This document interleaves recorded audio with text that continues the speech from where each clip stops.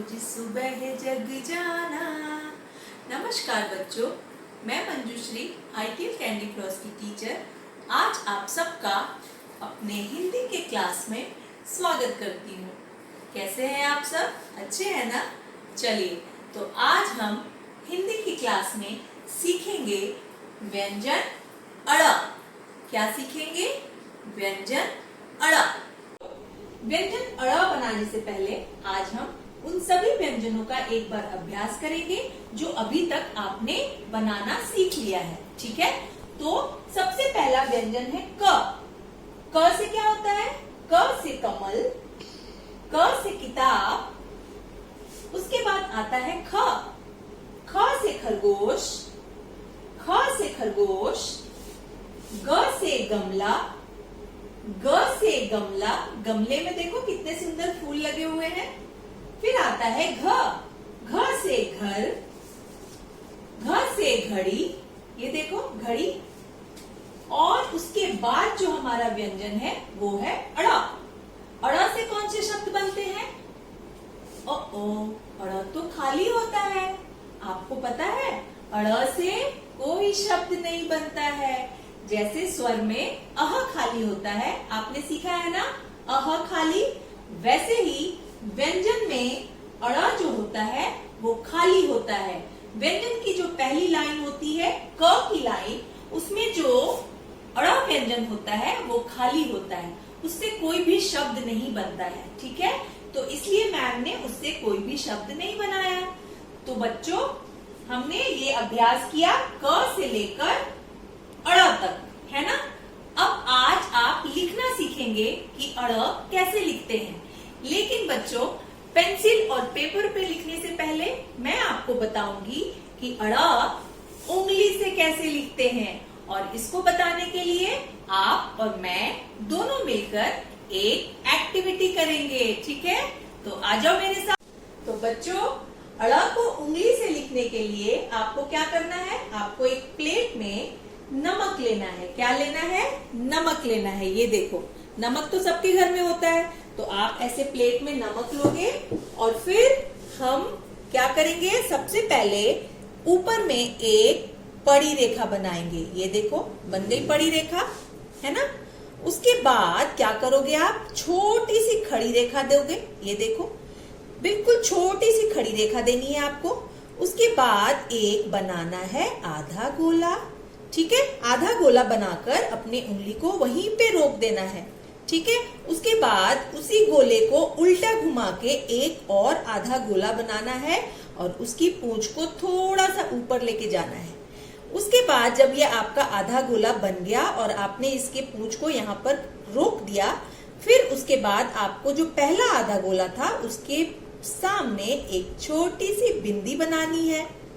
मम्मा बिंदी लगाती है ना, देखो मैम ने भी बिंदी लगाई है। यही वाली बिंदी आपको अड़ा के पहले गोले के पास बना देना है और फिर आपका ये बन गया व्यंजन अड़ा। तो आपने देखा हमने नमक के ऊपर उंगली से अड़ा कैसे बनाया। अब आपको अनुमान हो गया कि अड़ा पेंसिल से कैसे बनेगा, है ना। बच्चों, अब हम लिखना सीखेंगे कि हमारा जो अक्षर अड़ा है, जो व्यंजन अड़ा है, उसको लिखते कैसे हैं। आप सबको ये बात मालूम है ना कि हमारी हिंदी की जो नोटबुक है उसमें 5 लाइन होते हैं ना। यस, आप सबको पता है। और जो पहली लाइन होती है और आखिरी लाइन होती है वो रेड कलर की होती है, लाल रंग की होती है। उसको हमें टच नहीं करना होता है, उसको हमें नहीं छूना होता है। और हम सिर्फ जो ये बीच की 3 ब्लू लाइनें हैं उस पे लिखते हैं। तो आप सबको ये पता है पहले से। तो हम क्या करते हैं? पहली रेड लाइन और लास्ट की रेड लाइन को क्रॉस कर देते हैं। ठीक है बच्चों, अब हम लिखेंगे अड़ा। बहुत ध्यान से देखो, बहुत आसान है, आपको एक बार में बनाने आ जाएगा। आ जाओ, देखो कैसे बनता है। सबसे पहले आप क्या करोगे? जो आपकी ब्लू लाइन है उसके ऊपर एक छोटी सी खड़ी रेखा बनाओगे ऐसे। ठीक है, उसके बाद आप जहां पे आपने छोड़ा ये खड़ी रेखा को, वहीं से एक आधा गोला बनाओगे और बीच वाली ब्लू लाइन पर रोक दोगे लाकर। ठीक है, उसके बाद हम क्या करेंगे? यहां से फिर से एक आधा गोला बनाएंगे और उल्टा घुमाएंगे उसको और उसके पूंछ को थोड़ा सा ऊपर लेके जाएंगे। उसके पूंछ को आपको जो सेकंड वाली ब्लू लाइन है उससे टच नहीं करनी है, आपको बस लास्ट थर्ड वाली ब्लू लाइन से थोड़ा सा ऊपर ले जाके रोक देना है, ठीक है। उसके बाद जो आपकी सेकंड वाली जो दूसरी ब्लू लाइन है उसके ऊपर एक डॉट बनाना है, एक बिंदी बनानी है, ममा वाली बिंदी, ठीक है। और उसके बाद इसको एक टोपी पहना देना है, इसके सर को ढक देना है।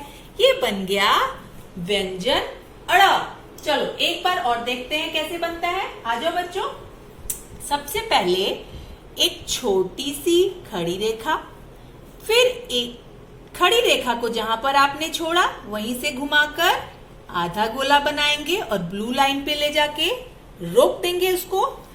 फिर जहां पर आपने आधा गोला को बनाया उस आधे गोले को उल्टा घुमाकर एक और आधा गोला ले बनाएंगे, नीचे ले जाएंगे और उसकी पूंछ को थोड़ा सा ऊपर ले जाकर रोक देंगे।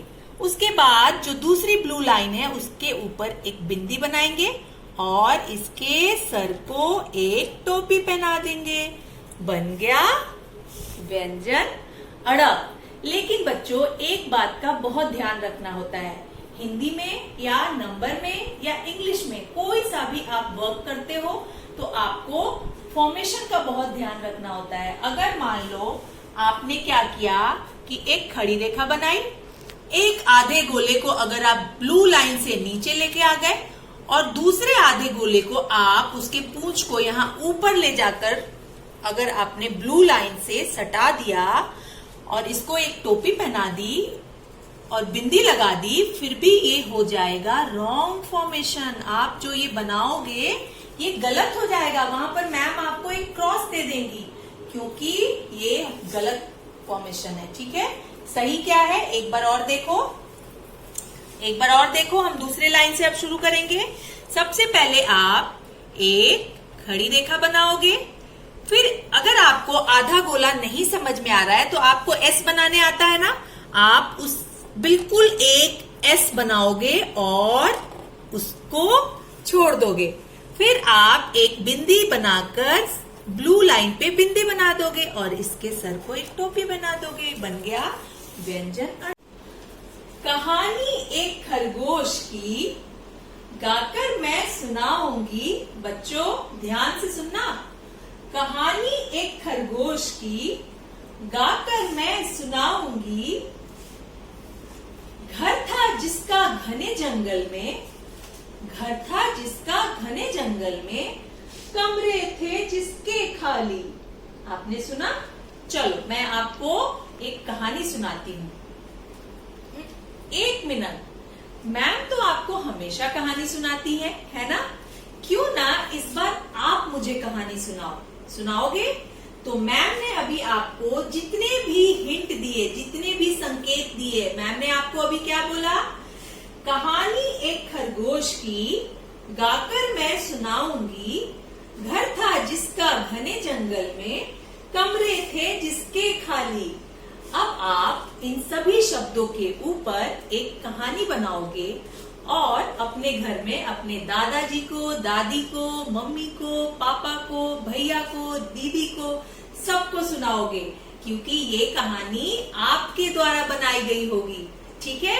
तो इन शब्दों के ऊपर आप कहानी बनाओ और अपने घर में सबको सुनाओ और फिर अगली क्लास में जब मैं आपकी क्लास लेने आऊंगी तो आप मुझे भी सुनाना, ठीक है। तब तक खुश रहो और हंसते रहो।